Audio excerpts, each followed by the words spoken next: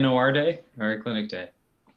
Today was OR day for me. Matt was in clinic. We had a good day actually. We finished early actually. The problem whenever you book long. Today was OR day for me. Sorry, Matt hold on. Was in clinic. Whenever you book big cases, you got to book enough time. Because I absolutely hate to run late. Yeah. And then sometimes you kind of finish a bit early because you realize that the case wasn't so complicated. But you got to play with that live stream video thing, though. Yeah, we're going to be doing that soon. We hooked up. Actually, it worked out really well. We have our 1080p camera hooked up to live stream over Zoom. We tested it out in the OR. Yeah. Wow. Hey, Jason Jones is here. Nice. Jason's a regular.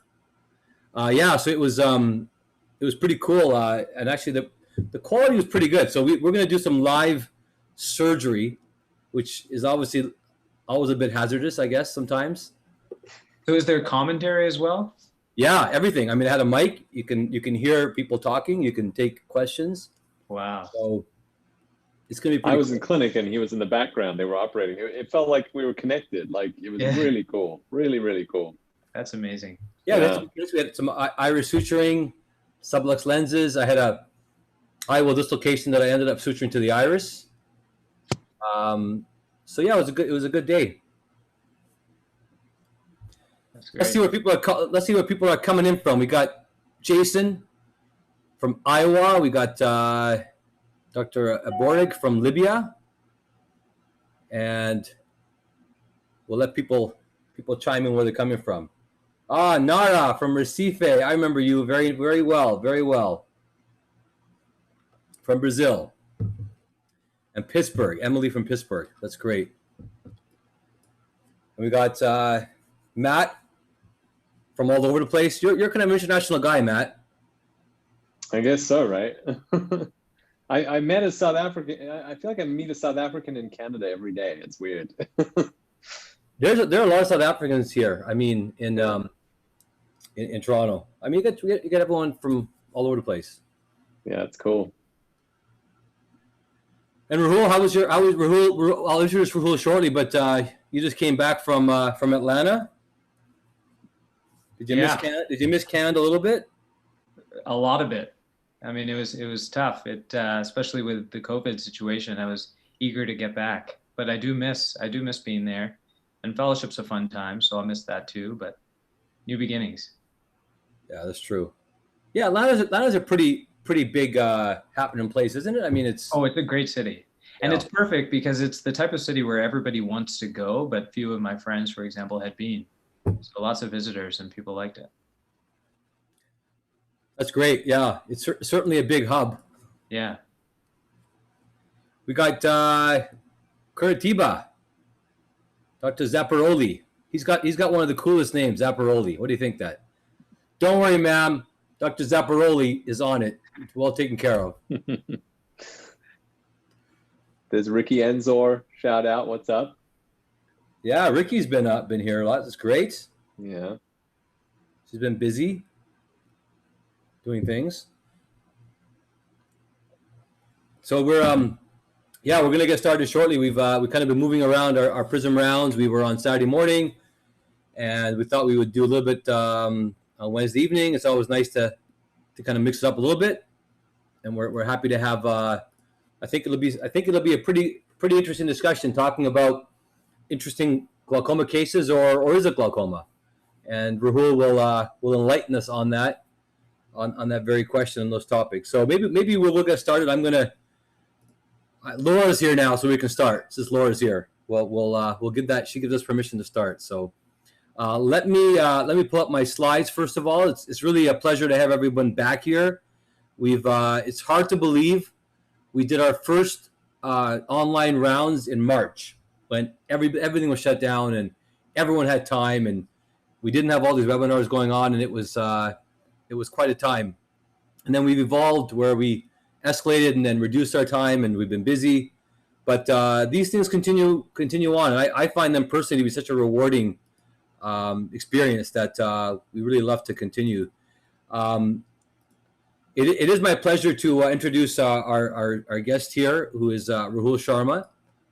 As you see, our topic is glaucoma, but as you'll see, it'll hopefully stimulate some questions, because we do glaucoma all the time. It's part of our comprehensive practices, but we've got to be careful because not everything that looks like glaucoma is glaucoma.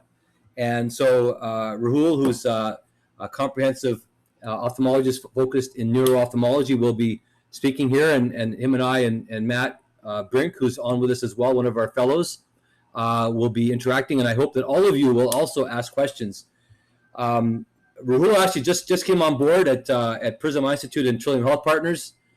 This is us in the OR. It was great to see Rahul here. He is originally born out in Saskatchewan, in Saskatoon. For me, that's a very close place because I was born in Prince Albert, Saskatchewan, which is just an hour or so north of Saskatoon, in the Great Plains of Canada. He then went on to London, Ontario, did medical school there, was in Ottawa for residency, and then went to a very prestigious neuro-ophthalmology fellowship at Emory in Atlanta, and now is back home in Canada, in Toronto, and lucky enough to have him in our practice as well as at our hospital, and we see him being a very big contributor. Rahul, I want to thank you for being part of the rounds here, and looking forward to your discussion. I think this is going to be pretty interactive, so I'll let you share your screen, and Matt and I will monitor and interrupt as needed to discuss some of the important principles around identifying some of these conundrums in glaucoma clinic. And I know you have some cases as well, so I look forward to this discussion. Thank you very much, Rahul. Thank you. So how's that showing up there? Perfect. Looks great. Right. Okay, so thanks, Ike. As Ike just said, my name is Rahul Sharma. I'm a neuro-ophthalmologist at Prism Eye Institute and at Trillium Health Partners. And the talk, once again, is entitled Identifying Imposters in Glaucoma Clinics. So the idea here is to better equip you to differentiate glaucoma and non-glaucomatous optic neuropathy. I recognize that most in the audience tonight are not neuro-ophthalmologists, but glaucoma, for certain, finds its way into every eye clinic. And therefore, we must be aware of those non-glaucomatous optic neuropathies that can very closely resemble glaucoma, that is, the glaucoma imposters. So I have no disclosures. I'll jump right in with a rhetorical question of how you diagnose glaucoma. We know glaucoma is an umbrella term. It encompasses a number of specific disease entities, but it's generally a chronic progressive optic neuropathy, the endpoint for which is the loss of retinal ganglion cell axons. And this loss of retinal ganglion cells results in characteristic changes in the appearance of the optic nerve. This may be diffuse thinning of the neuroretinal rim. It may be focal, creating notching either or most often at the superior inferior poles of the optic nerve. And accompanying that, we see, of course, enlargement of the optic cup. We variably can see other optic nerve features, including the presence of peripapillary atrophy, the occurrence of disc hemorrhage, and variably displacement of the vessels on the optic nerve. And in conjunction with this, we look for what we classically deem glaucomatous visual field deficits. So the pattern of visual field loss in glaucoma implicates the arcuate retinal nerve fiber layer in the retina. It typically begins as a nasal step, as we know, and can progress to an arcuate pattern of field loss. And only late in the disease course will it involve a patient's central vision, generally speaking. And then, of course, the assessment of glaucoma is complicated and beyond the scope of my particular expertise, but we're always thinking about intraocular pressure. And although it's not required for the diagnosis, it certainly plays an important role in reassuring us that a patient does have glaucoma, and we want to consider other factors like the family history and so on. But there's no doubting that the appearance of the optic nerve, specifically the occurrence of cupping, is an important part of this equation. So as a second rhetorical question, I'll ask you to consider whether the occurrence of cupping of an optic nerve is pathognomonic for glaucoma. That is, do all patients with pathologic cupping have glaucoma? And the answer hopefully is an easy one. It's no. And that's because there are a variety of non-glaucomatous optic neuropathies that can cause cupping. So I'll take a step back. We'll look at some of the basic biomechanical explanations for why cupping occurs, whether it is in the context of glaucoma or not. And this is a figure that was originally published back in 2011 in experimental eye research by Dr. Burgoyne, and then adapted for an article in the Journal of Neuro-ophthalmology in 2013 by Dr. Claire Fraser, who's a neuro-ophthalmologist. So the optic nerve head has 3 layers. The first is a continuation of the retinal nerve fiber layer. The second is a prelaminar layer, which contains not only the RNFL, but also loose trabecular glial tissue and capillaries. And so in a process called prelaminar cupping, we see the progressive loss of prelaminar tissues, and this results in an increased width and depth of the optic cup. And that's noted on the diagram you can see by displacement, posterior displacement of the internal limiting membrane, which begins at the hash line and then is posteriorly displaced to the solid black line. So the third layer of the optic nerve head lies within the scleral portion of the lamina. It's an extracellular matrix which lends structural support to the optic nerve head, and it allows the passage of nutrients to axons in the optic nerve. And so it's the loss of these deeper support structures that is involved in a process called laminar cupping that's depicted in this figure.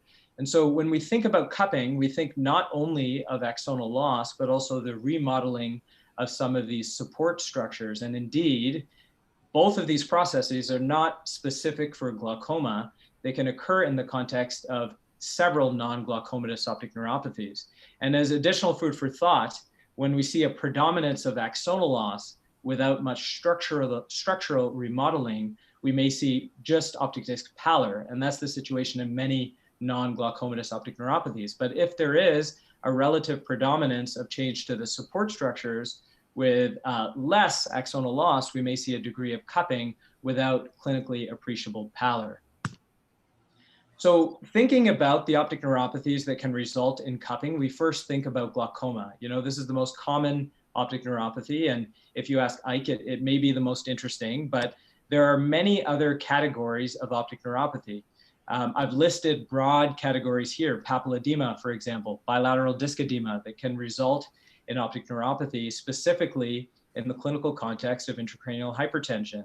There are inflammatory optic neuropathies, so-called optic neuritis, which may be infectious or non-infectious, and several inflammatory optic neuropathies can result in cupping. Likewise, ischemic optic neuropathies, especially of the arteritic nature, that is usually those associated with GCA, can cup the optic nerve. Compression of the optic nerve, of the nerve itself, or compression of the chiasm can result in cupping. Infiltration, which is essentially internal compression of the substance of the optic nerve, can do it. Certain hereditary causes, namely dominant optic atrophy, can cup the optic nerve, and so on and so forth. You know, methanol, for example, a toxic optic neuropathy, can eventually result in cupping. So when we take a step back and we look at all of these causes, the variety of causes for non-glaucomatous optic neuropathy, we realize that really almost all can result in cupping, particularly non-arteritic ischemic, toxic, compressive, and hereditary, specifically DOA. So the first goal that I have for the presentation today is to convince you that cupping is not pathognomonic for glaucoma, and it therefore would be a mistake to jump to a diagnosis of normal tension glaucoma, for example, in a patient that has cupping simply based on the clinical appearance of the nerve. To further reinforce this point, you know, this is an article, a seminal paper in Neuro-ophthalmology and Glaucoma that was published in 1980 in the Archives of Ophthalmology. And basically what this says is that it would be a mistake to think that any of us ophthalmologists can distinguish glaucoma and non-glaucomatous optic neuropathy based on the appearance of the nerve alone.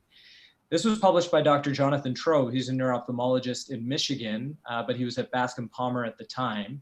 And he and 2 colleagues looked at fundus photographs from 3 groups of patients. One were normal, another had glaucoma, and the third had non-glaucomatous optic neuropathies of various causes. Most were compressive, 2 were DOA, and 1 was optic neuritis. And what they found is even to these expert observers, of the 29 eyes from 22 patients that had non-glaucomatous causes, they misclassified 44%. So 13 eyes, they deemed glaucoma, these neuro-ophthalmologists, even though they had non-glaucomatous optic neuropathy. And that is perhaps intuitive, but it should reinforce the idea that we have to do more than simply look at the optic nerve. And to further convince you of this phenotypic overlap between glaucoma and that which is not glaucoma, look at this paper from BMC Ophthalmology in 2017. So Dr. Diaz, who is a glaucoma specialist, and colleagues, they looked at 101 eyes with non-glaucomatous optic neuropathy, specifically for some of the clinical features that we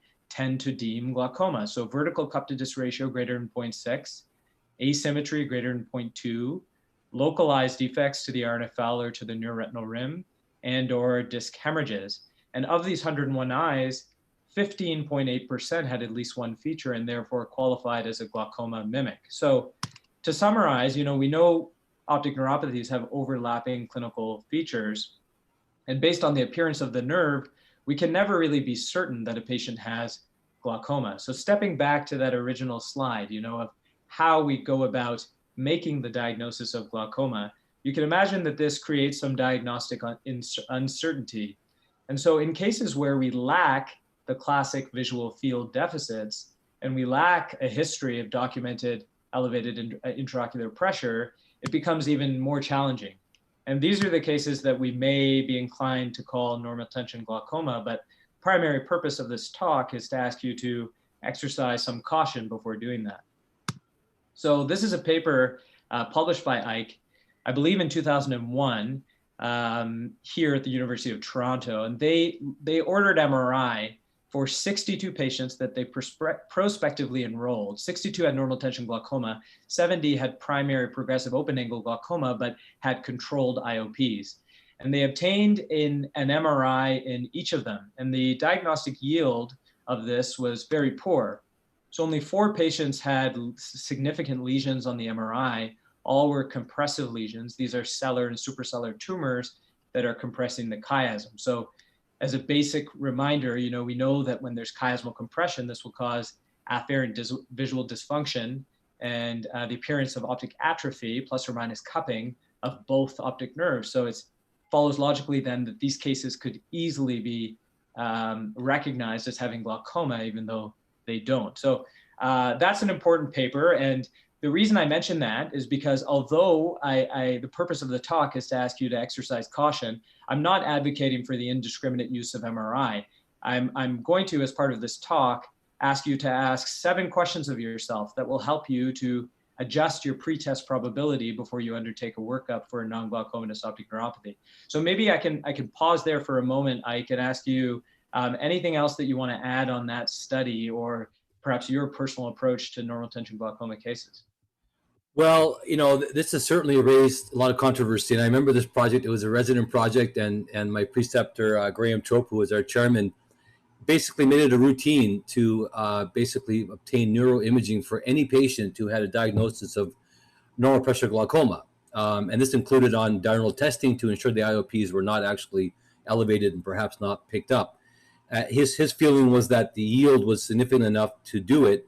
And he did, we did find, some of these cases had at least significant. Some of them were incidental, of course, and we don't know whether, again, they were actually what it presented as NPG or not, right? But I think that going forward, I think my personal practice is, of course, I think we do have to choose wisely a little bit. It's hard to, of course, justify imaging for every patient. There's some work that's been done out of University of British Columbia. I think Fred Michaelberg had a study that was going on as well. And where I think that, and I think you're going to probably show this, when there's something that doesn't add up, loss of color vision, central vision loss, rim pallor, a visual field defect that is respecting the midline or not classic, that's kind of when I typically get, my neuro antennas up a little bit. And I think that's important. The reality is that, for example, in Japan, 90% plus of patients have a diagnosis of normal pressure glaucoma, right? Imagine MRIing everybody who has normal pressure glaucoma in Japan. That would just be unyieldy, right? And so I think that we do have to kind of use our clinical judgment. But I think the point of this paper is that, listen, cupping, as you said, can be non-glaucomatous in this nature. I mean, number one. Number two, neuro lesions don't always present in the classic neuro manner, right? These patients did not have classic, at least in terms of visual field defects or identifiable gross pallor, because if they did, then it wouldn't have been diagnosed, and that was part of the exclusion. So I think that's a general point.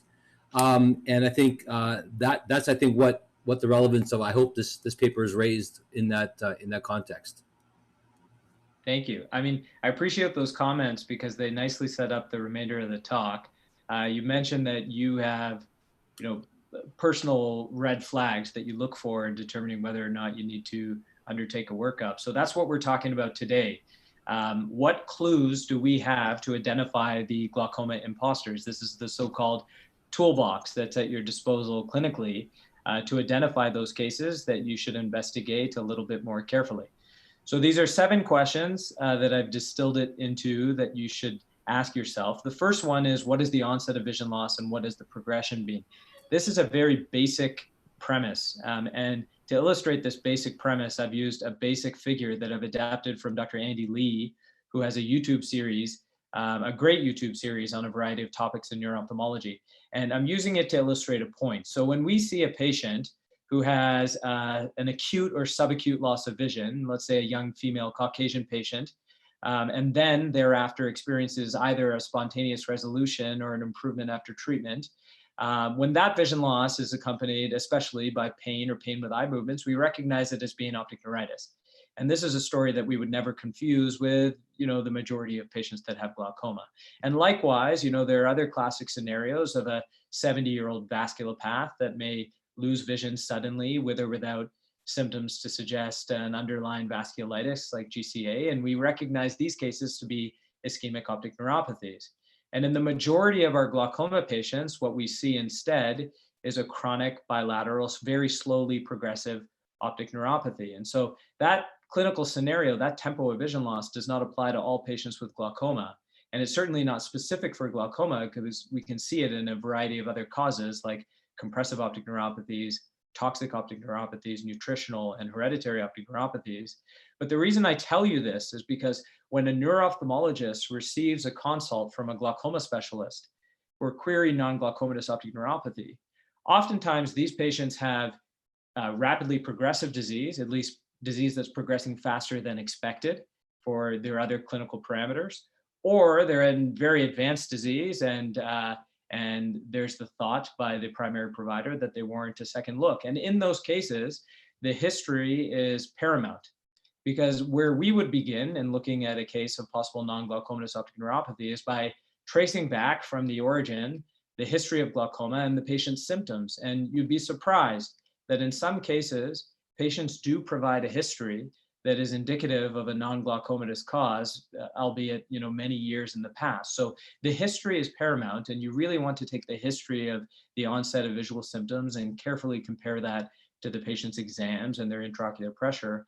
And that can sometimes guide you towards the diagnosis of a non-glaucomatous cause. In addition to that, we have to be careful about assessing for risk factors. So taking a history is something that we, for at least for these entities, that we wouldn't consider in the majority of glaucoma patients. But in the unusual cases, we do have to ask about a family history of hereditary optic neuropathies, either one that's recognized or family members that have lost vision for unexplained reasons.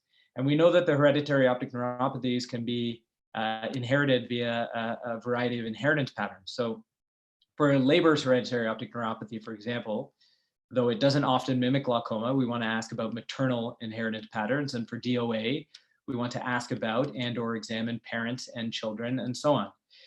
Beyond that, in these query non-glaucomatous cases, we have to look very carefully at potential toxic exposures, look carefully at the patient's medication list. In the Walsh and Hoyt neuro-ophthalmology sort of Bible, so to speak, there's a long list of drugs that are implicated as causes of toxic optic neuropathy, but we know the common ones. So ask about ethambutol, for example.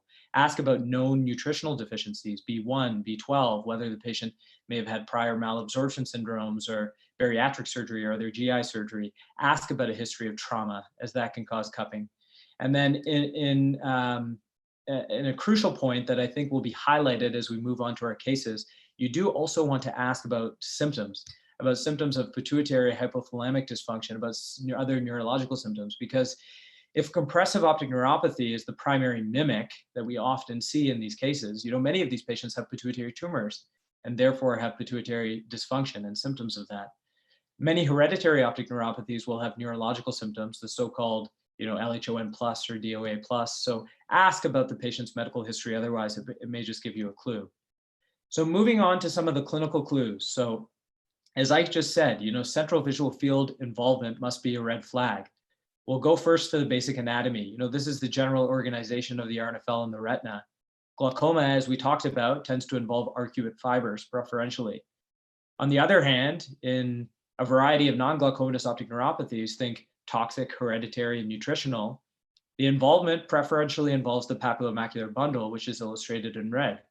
So these patients do not present with nasal steps or arcuate field loss for the most part. They more often present with cecocentral scotomas. So if you see this patient, like I did last summer with Leber's hereditary optic neuropathy, you'll recognize that this is clearly a cecocentral pattern of field loss in the left eye. And that corresponds to the papillomacular bundle because Leber's is a mitochondrial disorder, and the toxic, nutritional, and hereditary optic neuropathies share as a common mechanism mitochondrial dysfunction. We know that the papillomacular bundle is a very metabolically active area of the retina, rich in mitochondria. So it follows logically that we see field loss first in a manner that corresponds to that area of the retina. To further drive home the point, these are two cases from Claire Fraser, published in a review paper. Patient A has glaucoma with a superior notch and an inferior pattern of arcuate field loss.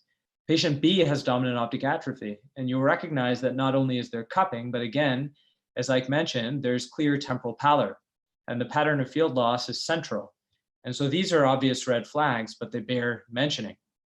The trick with this about recognizing pallor, and my mentor at Emory always used to say this, is that it's oftentimes a moot point. If a patient comes to you with a 0.95 cup or a 0.99 cup, no neuro-ophthalmologist is going to hang their hat on the presence or absence of pallor. So keep that in mind as a caveat there, but do pay attention to the presence of pallor of the residual neuroretinal rim. So here's another case of a 65-year-old woman. I'll spare you the history because it gives away the diagnosis. Hey, Rahul, can I ask you a very simple question? Yeah. I know this is probably maybe simple, but there's a reason for it. I mean, how do you like to assess for pallor, rim pallor? So, exactly. So at the slit lamp, I'll more often use a 60 diopter lens than a 90 diopter lens to make sure that I have good magnification. And I just take my time. I look carefully. If it's a unilateral process, I try and compare it to the rim in the other eye. And then, as I'll talk about later in the study, we now have the benefit of the OCT. So with the OCT, RNFL, and with the GCC, oftentimes that gives you supportive information. And in many of these cases of temporal pallor, you see a pattern of RNFL thinning that is less indicative of glaucoma and more indicative of other optic neuropathies. So one of the challenges is when you have patients who are like, have a cataract, for example, or pseudophakic, you see a significant difference in the rim color, right? Yeah. And I find sometimes that can throw people off. We often use, symmetry of rim characteristics to perhaps separate out at least unilateral optic neuropathies. It doesn't always present that way. So sometimes, although we say pallor, it should be pretty obvious. I guess sometimes, practically speaking, whether it's a significant cup with very little rim, or whether there's a medial opacity, or whether there's pseudophakic and the nerve just looks more pale. I find sometimes people have a hard time, and then of course there's a number of people who just have physiologic, I guess, and tell me if this is true or not, temporal rim pallor. Is there such a thing as temporal rim pallor physiologically? Well, that's a term that's used, and I think I agree with you in the sense that patients may have the appearance of pallor without having RNFL loss or optic nerve dysfunction. So in that sense, I would say yes. But as I said, many of the cases that I'm presenting have pallor that's dead easy, that's obvious. At the point that you get to advanced cases, or you have anomalous optic nerves, highly myopic eyes, etc., it's one tool in the toolbox, but again, I don't think you can hang your hat on it. So it's challenging. So this case, this patient had progressive vision loss in both eyes. Again, I'm omitting the history intentionally. Had a normal IOP on presentation, had a history, it turns out, of normal IOPs throughout her life. Did not have an REPD, but had color dysfunction, had dyschromatopsia in both eyes. And I've highlighted those parameters in red because I think as we're seeing patients in a comprehensive ophthalmology setting, or even in a glaucoma clinic, these are not necessarily things that we check on every visit, right? So it's easy to forget, and it's important to keep in mind. In this patient, these optic nerves look like the ones that we just saw. There is some degree of cupping, but there's certainly temporal pallor, and there's pallor that's out of proportion to the cupping. It is said sometimes that patients with glaucoma can get pallor, especially when there's been acute, high spikes in IOP. I don't know if you agree with that, Ike. But this patient has a degree of pallor that's certainly out of proportion to the cupping. And when we look at the RNFL, this pattern of RNFL thinning, although she did have thinning of the superior and inferior quadrants as we would see in glaucoma, she also had thinning temporally, quite significant thinning. And this pointed us towards, for this and other reasons, towards a non-glaucomatous optic neuropathy. So there are many features that we can look for clinically and on OCT. And as we recall that study that I mentioned by Dr. Trobe, where they aim to identify glaucoma and non-glaucomatous cases based on nerve appearance alone, I recognize that they didn't have the benefit of this technology. So it further improves our ability to identify these red flag cases. Actually, one more caveat to add, it's said often that glaucoma should thin first at the superior and inferior poles, but there are certain optic neuropathies that are non-glaucomatous that will do that classically. So ischemic optic neuropathies and optic neuropathy resulting from disc drusen can do it in that pattern. And so, none of these clues are specific, but it's all part of the clinical picture, and they're ideas to keep in mind. So the next clue, in advanced glaucoma, we see loss of visual acuity of color and certainly a visual field, but we have to ask ourselves whether it's out of proportion to the cupping. So in the same case that I just presented, have a look at the visual field. These are visual fields that are almost they show almost generalized depression. There's only a central island of sparing there. This patient, again, had decreased acuity, had decreased color, and had cups that were maybe a 0.6 or so. So it's every red flag in the mismatch here between structure and function. And you have to make sure that the degree of field loss, the degree of color loss, that they're commensurate with the degree of cupping. This patient, it turns out, did have dominant optic atrophy from an OPA1 mutation. And when we think about dominant optic atrophy, it's not rare to see cupping in this disease. It's a rare cause of optic neuropathy. Most comprehensive ophthalmologists will not encounter this frequently. But many of the patients do have cupping. According to this study, 48% in at least one eye, and in 21% of cases, the excavation is quite deep. So it's not a common diagnosis, but you should be aware of it. And it costs us nothing but time to take the appropriate family history and the appropriate neurologic history, as about a fifth of patients will have neurologic symptoms due to what's called DOA+. They may have peripheral neuropathy and hearing loss and so on. And I would say, Rahul, a lot of these patients are young, right? Yeah. Although, sometimes they don't have a presentation until later on for whatever other reason. But, if you're lucky enough to have a previous examination or a fundus picture when they're, younger, then that's something we see. Because, of course, glaucoma is a disease of the elderly, typically. Not always, of course, as we know. So, but that's where that history is so important, as you said. But that's one of the differentiations sometimes as well. For sure. And I'm glad you said that, because DOA, as you said, typically presents in childhood and then has slowly progressive visual loss thereafter. But that case and some other cases do present later in life. So it's something to keep in mind. The sixth clue here, and it's a bit of a loaded concept, is whether or not there's an RAPD and whether or not there's dyschromatopsia. So I took a moment to look back at the literature here, and I'm curious to hear a glaucoma specialist's input on this. But we're taught classically as trainees that glaucoma causes color dysfunction, but particularly Triton color deficits, blue-yellow color deficits, and that other congenital color deficiencies and acquired optic neuropathies of non-glaucomatous origin can cause more deutan or protan color deficits along the red-green axis. And we know that our Ishihara plates better identify red-green color dysfunction than blue-yellow. And I think that this generally holds true, but if you look at the literature, certain authors have proposed that indeed you do get red-green color deficits in glaucoma sometimes early in the course of the disease.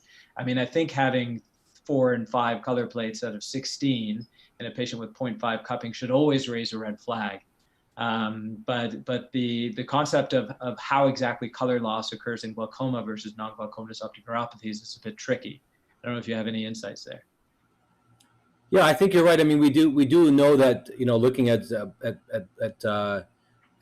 you know, these functions can sometimes pick up defects early. We have the M cell pathways are just less numerous than other pathways in the retinal ganglion cell lineage. So for visual field testing, certainly, yeah. I mean, we do look at these, you know, blue on yellow, for example, to detect earlier visual field defects. But that doesn't necessarily mean that these patients may not have red read deficiencies, right? You know, they're not mutually exclusive.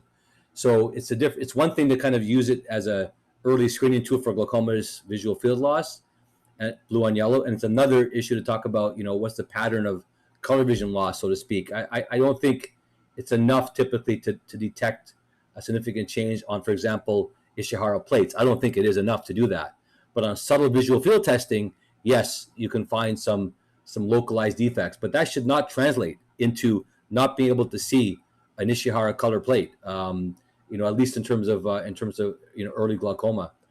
Later on in glaucoma, I think, yeah, I think it's probably, with the advancements of disease, I'm sure you do get these things. But I certainly, if I see someone who has some color vision abnormalities, you know, my antennas go up. I definitely wouldn't expect in my clinical experience to see a lot of patients with glaucoma having significant color vision loss. I agree with you. I agree with you. So as far as the presence or absence of an RAPD, so again, we're taught that any unilateral or highly asymmetric optic neuropathy should cause an RAPD. But there has been a suggestion in the historical glaucoma literature that you less often see an RAPD in glaucoma. I'm not sure why that was proposed, but it's not supported by the literature. In fact, you do see RAPDs in glaucoma, and this article by Dr. Danish Meyer, who's both a neuro-ophthalmologist and a glaucoma specialist, she found that when the retinal ganglion cell loss is 83% of that of the less affected eye, you see an RAPD. So the presence of an RAPD doesn't necessarily point you towards a non-glaucomatous cause. Now, again, magnitude may be important. If you see a very significant RAPD, a 1.2 log unit RAPD, in a patient that appears to have mild glaucomatous optic nerve changes, then you probably should think of a non-glaucomatous cause. So Rahul, one of the things I always tell the fellows, and I ask the fellows, I say, what is the most common cause of an RAPD? And you know what the answer is? It's glaucoma. It's the slide. Yeah. Okay, it's glaucoma. The most common cause of an RAPD is glaucoma. I find a lot of people don't know this or don't pick up on it, and when they do see an RAPD, they get excited. You're right, though. Magnitude makes a difference. I mean, usually it's not a huge amount unless it's a very symmetrical patient. But in your clinic, if you check RAPD on all patients, the most common cause of an RAPD will be glaucoma. And that's just the nature of how asymmetry in glaucoma occurs. I insist anybody who comes in for an assessment, actually in general, for comprehensive and certainly glaucoma clinic, gets a pupil exam, because this can be sometimes a little tip for some sort of optic neuropathy, and again, glaucoma being the most common cause. So I agree. The presence of an RAPD on its own I don't think it really helps you differentiate it, but the magnitude, as you said, I think perhaps may indicate it, especially if the clinical findings don't show significant asymmetry in glaucoma. You can have somebody who's got very advanced pseudocilation glaucoma in one eye and very mild in the other eye, and you can get a 2+ RAPD, sure, but that would match up again with the degree of optic neuropathy from glaucoma and the visual field defect as well. I agree. This next case, there's some really good points, and I'm sure we'll come back to it during the discussion time, from Tariq. Tariq Shazli has talked a lot about some of the things that he does, which I'm pretty impressed to kind of confirm some of the things that you're saying. So some good chats, good stuff on the chat group here. Yeah. So 1 second, I think I pulled up the chat. Now I'm blocking the screen here. Okay, we're ready to go. So let's go back to our previous slide. I was about to present you another case. A 63-year-old man with slowly progressive vision loss. I showed the referral here. This patient actually came to me on Monday at Prism for assessment of cataract and glaucoma, and they checked that the patient was noted to have disc cupping. So the acuity was reduced in both eyes, more significantly in the left eye. Pressures were 16 and 20. There was a 0.9 log unit left RAPD. I take out the neutral density filter whenever I can. So I measured that one. And there was there was color loss in both eyes, 11 placed in the right, 3 in the left. And so here are the optic nerve photos taken on Monday. Now, the caveat here is that these were taken on the optos. And as I've mentioned before, the optos tends to exaggerate pallor of the optic nerve. There is cupping, but in this patient, both on the exam and I believe you'll agree on the photos, there is also pallor, more significantly of the temporal nerve in the left eye. And lo and behold, when we look at the fields, these are not glaucomatous fields. So this patient has, whether you want to call it a junctional scotoma or a bitemporal hemianopsia, it's a chiasmal pattern of field loss. And a visual field defect that respects the vertical midline is an obvious red flag for a non-glaucomatous optic neuropathy. Now, when we look at the OCT RNFL, it's further proof, not that we need it, but we again see thinning, profound thinning of the temporal RNFL. And interestingly, when we look at the GCC, which is a relatively new advancement in the field of ophthalmology, we actually see a pattern of GCC loss that too respects the vertical midline. And you may miss it unless you look closely.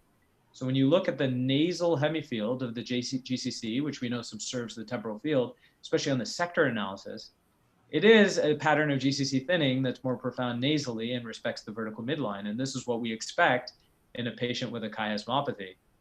So it's often said that the visual field that respects the vertical midline is a red flag for a non-glaucomatous optic neuropathy. I agree.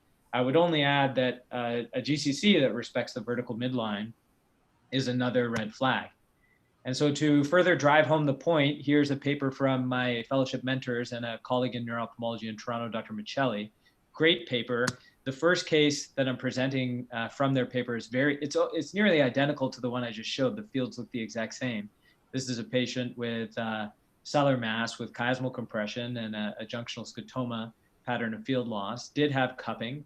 If you look at the GCC, and keep in mind the GCC in the left eye is on the left, the right eye is on the right. They did this to make it look very similar to the fields, but it's a binasal pattern of GCC loss and a bitemporal pattern of field loss. And so this indicates that there's a process involving the optic chiasm. What's very interesting is that they also included cases where there is no obvious pattern of field loss, but there is cupping. And if you look at the GCC, it sort of gives it away. So this is another patient with a sellar mass compressing the chiasm. And if you look at the GCC alone, you see some respect of the vertical midline, particularly in the left eye, and then a pattern of thinning. This could be the equivalent essentially of a junctional scotoma on the GCC. So the ganglion cell complex is a very important part of the evaluation. I'm about to ask you, Ike, how the GCC factors into your assessment of glaucoma patients. But I would imagine that if we look at your cases from way back when, from that paper on normal tension glaucoma, had we had GCC at the time, it may have helped to identify some of these patients. These fields on the grayscale now, with the benefit of hindsight, do look bitemporal in nature. But if you look at the pattern standard deviation, it's not quite as obvious. And I think this could be missed. The reality is that subtle field deficits are missed, and the GCC is an additional piece of information. Yeah, I agree. You look at these visual fields, and you see that on A there on that visual field, you can see that there's a little nasal, what looks like a nasal step, and maybe a developing arcuate. And you can imagine looking at the pattern standard deviation, you would think, oh, that's a developing arcuate, especially because the other eye, if you look at the left eye, you see an arcuate that kind of crosses the vertical, and so with a nasal step. So you can see exactly that you said can be something that can be easily missed. Although now when you look at it in the context of this discussion, you see in that right eye, you see that vertical cut. So I think the GCC is quite useful. In glaucoma, interestingly enough, we look for horizontal cutoffs, right? Not vertical. We look at horizontal.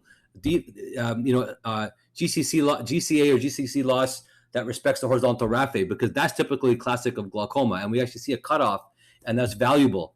I think the images, the OCTs you showed previously, especially the RNFL, are quite important and striking, because a lot of people will look at that OCT, and we're very common to not even look at a nerve anymore.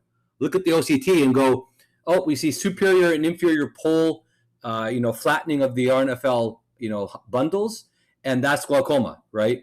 And although you pointed out there is some temporal loss, and sometimes that gets overlooked, and very quickly we look at the cup, we go, oh, refer for glaucoma, pressure is 21, and you kind of go right through it. Of course, your visual fields in those examples were more obvious, so that kind of gave it away. But again, it can be subtle, and that's where just simply seeing red disease or red on the OCT does not mean glaucoma, right? Does not mean glaucoma. There's a million other things, including artifact and retinal pathology, and of course, non-glaucomatous optic neuropathy that can do that.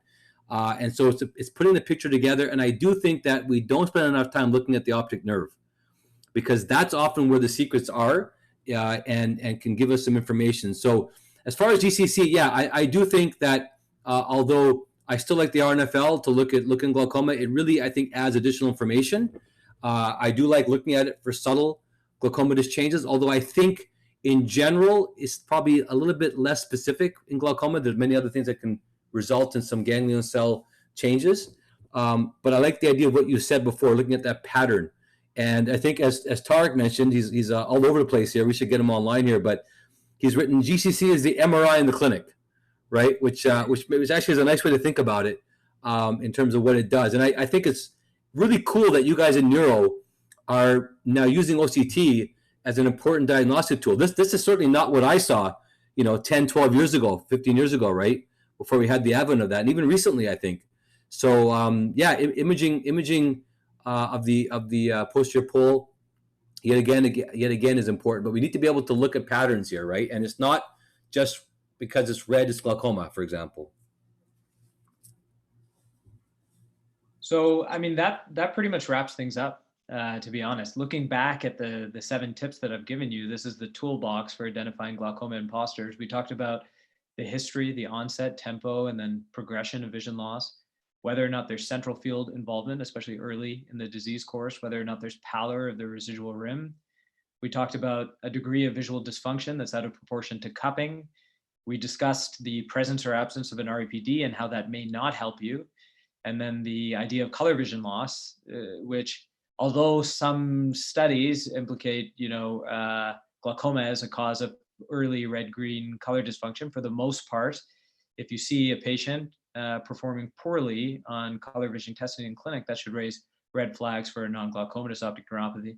And then lastly, as we've just discussed, look for respect of the vertical midline, both on the field and on the OCT ganglion cell. So this is a final slide. And so the disclaimer is this is sort of my personal opinion on this issue. Many articles published on which patients we should image. And so I've included on the left side some of the key tools from the toolbox, the tips that I just mentioned, and added the presence of obvious neurologic abnormalities or symptoms of hypothalamic pituitary dysfunction. The added sort of exclamation point on the case that I presented of the gentleman who likely has a cellular mass and is awaiting imaging, has a junctional scotoma, is that he volunteered to me after I asked that he had a decrease in libido, that he had had a loss of energy, that he had some tenderness of his breast tissue, and so on. So, I mean, this is very likely a pituitary macroadenoma. And when asked, they'll give you a history that really sort of changes your level of suspicion, your pretest probability before ordering imaging. 2 potential indications. So I've included these because when you read some of the discussions that have been published in major journals about this topic, age is a concept that comes up frequently.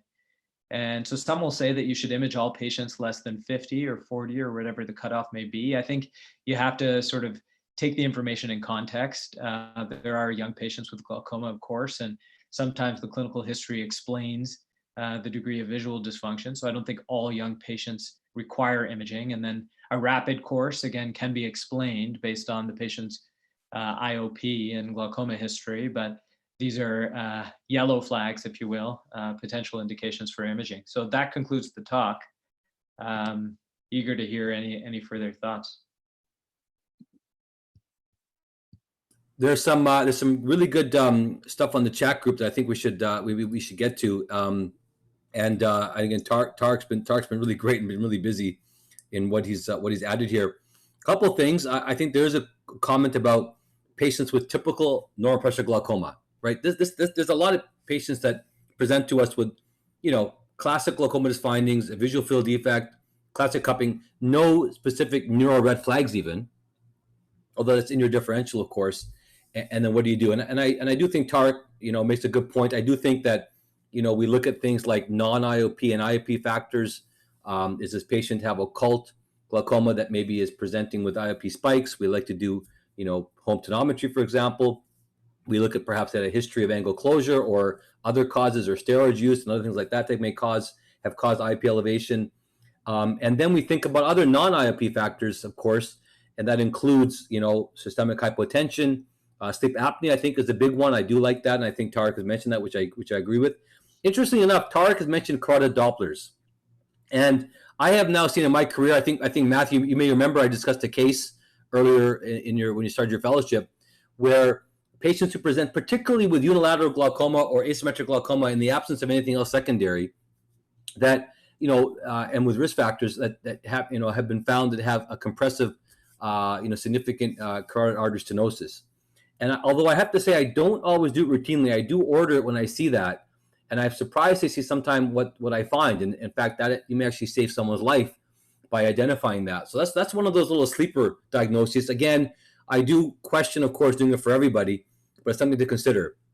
I think color vision is something I have to admit that we don't always do. I think that one of the lessons here, I think, is something that is worthwhile to strongly consider.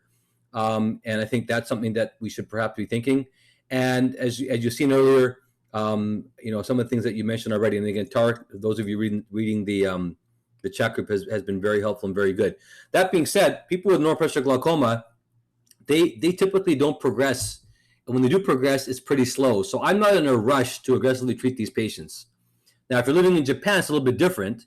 But in general, in what we've seen in North America and in Europe, even in some of the studies, typically neuropathic glaucoma is a slow-moving disease. Even if the visual field defect is significant, you can often watch these patients and follow them.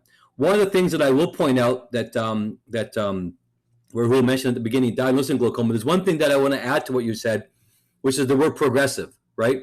By definition, glaucoma is a progressive optic neuropathy. And simply having classical glaucoma features in a static setting doesn't necessarily mean this patient has glaucoma. And so following the patient is appropriate, especially if it's potentially a slow progressive disease, as it may be. Simply following them may be appropriate, because people with neuropathic glaucoma don't progress fast, as we've seen, for example, in the EMGT study. If you have pseudosfoliation or POAG, those patients can present or progress fast at a faster rate untreated than those with MPG. So I think I would just add that as a point. I think that you may want to look in here as well, Rahul and Matt. Is there anything else that we want to add to what's been said here? I think color vision question has been answered as well. We talked about it again. I appreciate Tarek's addition here. Well, one thing I want to mention as well, and actually Dr. Moreno mentioned a good point. How do you feel about using some of the iPhone apps for color vision? I can't say that I have much experience. I'd be curious to know whether they've been validated against our more traditional tools. I'm all for, this sort of innovation. At Nanos, they're always talking about more effective ways for us to assess even ocular alignment in the clinic using our devices. So I'm all for it, but I'd be curious to know what the results have been in studies that have looked at those. Yeah, I think, and Tarek's mentioning there was a Nano study comparing iPad to Ishihara book. I mean, I love the convenience of it, certainly. And you can almost imagine you could almost do it online. But I agree with you. I don't know what the validation for sure. Tarek's saying that it was close, but it was a bit worse with using the Ishihara book. But that's something that would certainly provide better access, right, that we have. I do want to mention one thing that in my career I've seen, probably a handful of patients that have glaucoma. But remember, people with glaucoma can also get, neuro disease as well, right? Yeah. And I got a few people that have glaucoma we've been following for years, and they start progressing really fast, right? And we're like, damn, we lost control. And even though the pressures are not really necessarily elevated, maybe they're borderline, and the patient, and I will have a quick, hook to kind of look into more, diagnoses. And we've diagnosed, CNS compressive lesions. We've diagnosed orbital lesions as well in some of these patients. So, just because you have a diagnosis of glaucoma and it's chronic, like someone who's got 20 years of glaucoma history, you would think, what, why are you going to work them up for neuro? Why? I mean, if they had a neuro problem, it probably would present by now. I mean, I don't know if that's, false thinking, but I can understand why people feel that. But when a clinical condition changes, really important to to think about, something else going on. And it could be an ischemic issue. It could be, a compressive issue. When we think about non-glaucomatous optic neuropathy, instantly our mind goes right to, tumors, right? But the reality is that I see ischemic optic neuropathy a lot that gets misdiagnosed as glaucoma or as progressive glaucoma. And no, they had an ischemic event. Our old patients have that. So I think that's an important point. Ricky's posted some links to some studies already ahead of us here, which is great.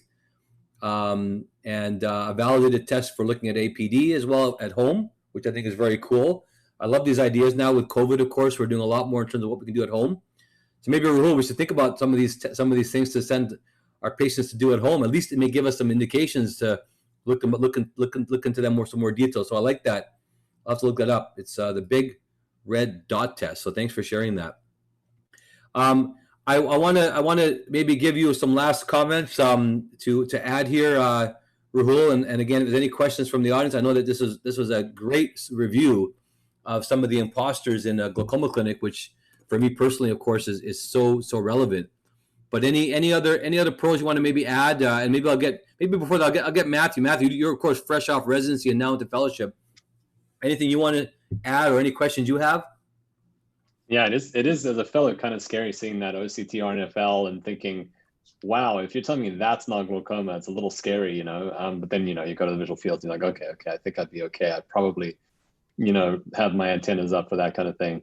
But yeah, I had a couple of questions. It's kind of nice that I get to sort of bump the line here. But for Dr. Sharma, if there is, you were talking about the tempo of vision loss. That was awesome. I love that. There were so many screenshotable moments in this talk. So thank you. Which I did do. So, I'll reference you. Can you sort of elaborate a little bit? If, let's say, the tempo of vision loss, you end up having a neuro condition that causes damage, is it inevitable that then later you'll get kind of, I imagine it being like an anterior grade or retrograde, whichever way around it is, sort of degeneration of those neurons that eventually ends up in that cupping that you see, right? I mean, at some point in the connection, those nerves are now damaged and they're going to, disappear from that tissue that'll eventually make its way back to the disc and then you'll get those changes there. If it's an old lesion, even if, you don't get, say you get initially the pallor out of proportion to cupping like we're talking about, if that then happened, years ago, is it inevitable that then you might also get kind of some of that cupping later? Like any damage, does it end up in cupping eventually? No, not all optic neuropathies, non-glaucomatous optic neuropathies will cause cupping. It's variable, even within optic neuropathies of the same subtype. You're right that like the occurrence of optic disc pallor, it takes some time for these structural changes to occur. They won't occur acutely. But if your question is whether or not patients with optic atrophy tend to develop cupping if given long enough, I don't think that that's the case. I think we have to think particularly about certain causes that tend to be classically associated with cupping, like compressive optic neuropathies, for example. Just to add one point to what Ike was saying, another point that I've heard that I think is very important here for practical purposes is that the focus really should be on those causes that we need to immediately recognize and are potentially treatable, right? So when we order basic serology, I mean, I'm mindful of the fact that genetic testing, an optic atrophy panel, for example, is expensive and not readily available. But a syphilis test, for example, although, infectious optic neuropathies don't always result in cupping, that's a very cheap test to order. And likewise, if you encounter a patient that may have had an arteritic ischemic optic neuropathy, I mean, this is a workup that you must undertake immediately in clinic. Only other thing to add when we talk about ischemic optic neuropathies is that we'll remember that the anatomical substrate for an NAION is a disc at risk, right? It's a crowded optic nerve. So these patients have cup to disc ratios that are small, not big. And it's not infrequent that we have consults in neuro-ophthalmology for patients that have very cupped optic nerves with a query NAION. And I won't say that diagnosis is never possible, but we're very reluctant to make it. You just don't see NAION in patients with significant optic disc cupping. Great questions. I mean, I'm going to ask you a couple that have come up here. I mean, the only problem with syphilis is that you got to explain to the patient. And I guess some patients who are really like, WTF, man, why the hell do you think I have syphilis? But you got to explain it to them, that's all. Okay, questions here, a couple good things. If you have someone whose pressure is borderline high or high in a patient with advanced non-glaucomatous optic neuropathy, so you have a non-glaucomatous, but their pressure is high, do you treat the pressure? Which I think is a good question. And I think this also leads into, for example, patients with dystrusin. You got someone with dystrusin, and obviously it's really hard to examine the nerve. They've got some visual field defects, and their pressure is 20, 25, or whatever it is, right? What do you do in those cases? So I see that Dr. Marino is asking about using brimonidine. I see that Dr. Sawhney's talked about using alpha-GAN repressa in patients with borderline pressures, drusen, and early visual field loss. I'm not sure what you think, Rahul. I do believe that is reasonable. I think some of these patients are probably susceptible to higher pressures because they have an underlying optic neuropathy. I can't prove that, but I think there probably is some susceptibility to this as well. And so I think that considering risk-benefit, at least an eye drop, again, if it's tolerated, I think is reasonable to talk to the patient and consider it. I don't know about the neuroprotection aspect of it, to be honest with you. I think that's a bit of a jump, but simply lowering the pressure may just reduce, whatever other factors there may be in progression that may occur in a patient who already has a disc, which already has some other non-glaucomatous mechanism. I'm not sure what you think about that, Rahul. It's perplexing sometimes when you see these patients and they have, for example, they get ischemic optic neuropathy, their pressures are borderline, high. Do you want to protect the other eye? All these things come up, or drusen, for example. Any thoughts on what to do for those patients who, again, have, let's say, borderline or high IOPs? So this is personal opinion. I'll have to take another look at the literature, but I will tell you for the issue of neuroprotection, I think the answer is no. I did have a mentor in Ottawa who would do that. In these, I saw in the chat cases of optic dystrusion who would prescribe brimonidine, but otherwise I don't see that commonly, and I wouldn't personally start a glaucoma drop for neuroprotection in those cases. For the second scenario that you mentioned of elevated IOP, I think that one, I agree with you, is more reasonable. And that's only because the patient already carries some burden of disease from their non-glaucomatous optic neuropathy. So there may be some visual dysfunction, and thus sort of the risk-benefit calculation of starting a drop for a patient that may have ocular hypertension, I think shifts in that scenario, where you may be more cautious and you may be more inclined to start a drop. I don't think it's necessary for neuroprotection of the optic nerve.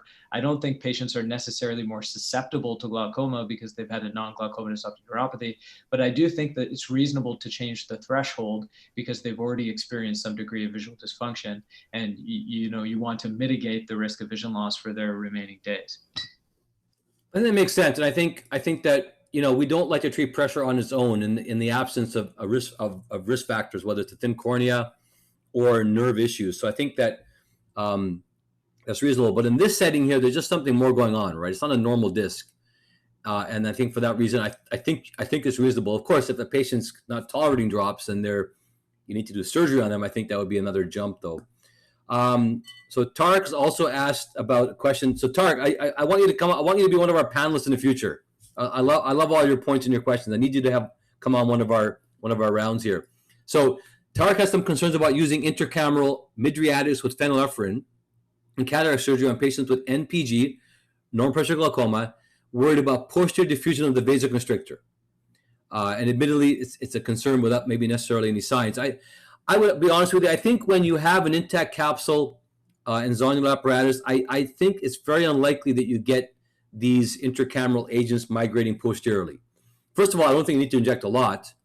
On the other hand, if you have an open capsule, you have an open vitreous face, and you inject even lidocaine, sometimes you see patients who develop amaurosis. So in that setting, for sure, I think that's some diffusion. But if you have an intact capsular bag, I think you're probably okay. You do make a good point in general, though. In some of these patients who have what we think, and again, this gets into wading into controversy, we think of glaucoma in many different ways: mechanical theories, vascular theories, immunological theories, right? All these different theories. But if you believe in the vascular theory or some component of it, especially in patients who have normal pressure glaucoma, you probably want to avoid agents that may cause vasoconstriction or hypotension. And that's the reason why some people are concerned about using beta blockers, for example, or other agents like this, or even alpha agonists in some cases that may drop the BP, for example. And that's, again, that's a lot of theory and a lot of questions, of course, with blood flow and other things like that. But I'll be honest with you, Tark, I'm not sure if I would have a big concern about that. I think it's probably a small amount. I personally don't. I typically dilate anyways on the table. Preoperatively. So, but Amandeep also asking this about transzonular spread, and I think it's a good question. I don't think it really happens unless you dump it in, and I think that when I see people put intracameral agents in, and Matthew knows this. Sometimes I see these guys inject. I say they have a 1 cc syringe and they empty out half of the syringe in the AC. Well, the AC is only like 0.2 cc's. And so you're dumping in like triple the amount. Well, where's it all going? It's not going to go anywhere. So don't shove a bunch in there. Put a little bit in there. That's all you need. And it should be enough that you have in there. So it's a really interesting question, though, on that one. And I think it's something that may be interesting just to do in a lab experiment. It would be easy to do, of course, in a patient who's going to vitrectomy. Inject some lidocaine and take a vitreous sample and see what you get, or some phenylephrine. Interesting question. Great things that come out of this. So that's great. That's really a great discussion. Rahul, I want to congratulate you, man. You're new on the scene. You're newly minted faculty. I see a lot of great comments from folks here about your presentation. I thoroughly enjoyed it. I think it was great summary and well understood, with great images and presentations. So certainly. Looking forward to you contributing more and more, and I think I feel really great to have you, shoulder to shoulder in our clinic and in our city, and I know that you're keen to take on some of these tough cases. I see that we have a lot of number of folks in the city here, and also from ophthalmology and optometry. So that's Rahul for you. I'm going to give you the last word, Rahul, and then we'll close it off. Any last comments for the gang here? Nothing on the topic. Just thank you for having me. It was fun, and hopefully I can come back. Absolutely. Well, everybody stay safe. We are kind of in the middle of this query second wave, whether it's just more cases or more testing, or whether it truly is a problem, I don't know. But it does raise, of course, some anxiety. I hope everyone's okay. I don't know about you, but I'm getting really tired of this COVID stuff, really tired. I love seeing everybody on Zoom and online, but we got to see each other, man. We got to do things. We got to get back to our lives. So I'm hoping we move forward. I don't know if this vaccine's coming or what, but either way, man, I pray for safety for everybody, and want everyone to keep well and keep in touch. And if anybody is having any challenges, it's understandable. I think mentally it's pretty draining for all of us. So reach out to somebody. Reach out. You can call anybody. Talk. Some of these are therapeutic, just to have a chat and talk. We're colleagues. We're brothers and sisters fighting serious eye diseases, and that's kind of our common feature. So thank you. And Austin's asking, how do I get hair like Ike's? Well, what you do is basically you don't cut your hair for 8 months or 9 months, and then you can basically, use some braids. So think about that. I'm not recommending, though, another pandemic, to grow your hair, but go for it. So thanks again. We're gonna Matt. We're gonna plan on another rounds, I believe, next week on Wednesday. So stay tuned for some announcements on that. We'll keep it dynamic and keep it fun. And thoroughly enjoyed the discussion here with both you, Rahul, and Matt, and the great chat group as well. So Ricky, finally, my daughter, yeah, she has something to do. I steal some of her hair ties. It's handy. All right, buddy. Thank you very much, and have a great day. Take care. Thanks so much, guys. Peace. Bye.